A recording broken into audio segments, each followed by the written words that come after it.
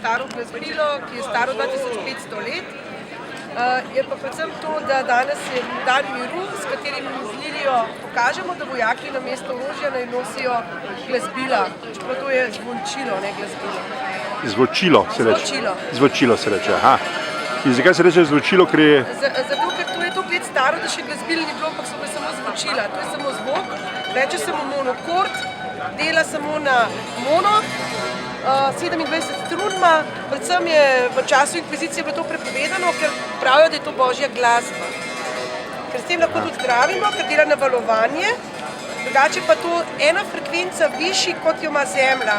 In ko vi to kom potegne, je to glas zemlje, vrtenja. In prvi, ki je to naredil, pa opisoval tudi Pitagora.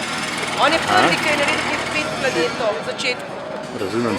In zakaj je toliko strun, kaj je osnova, število strun, kaj je osnova to? To je zato, da on lahko dobi ta zvok, se pravi, to frekvenco valovanja in vibracije. Aha.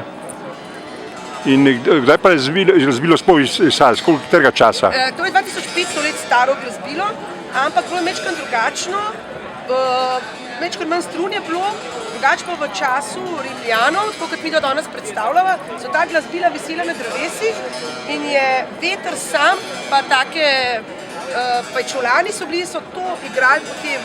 In ta zvok, ki je ustvaril, je zelo blagodejno vplival na ljudi. Razumem. Dajmo pokažati še, kako izgleda to glasbilo, da ljudje vidijo. Ja. Napravimo takole, aha. A to lahko tudi ženske igrajo, lahko? Kako? Lahko tudi ženske igrajo na to glasbilo? Največkrat ženske igrajo, mi smo danes dan njega igrati, zato ker hočemo, ker je pač ta mir, da vojaki ne bi več imeli mečev, ampak bi imeli s pomočjo Lilije, ki predstavlja mir, igrali zvončila. Zelo v redu. Najlepša hvala. Prosim.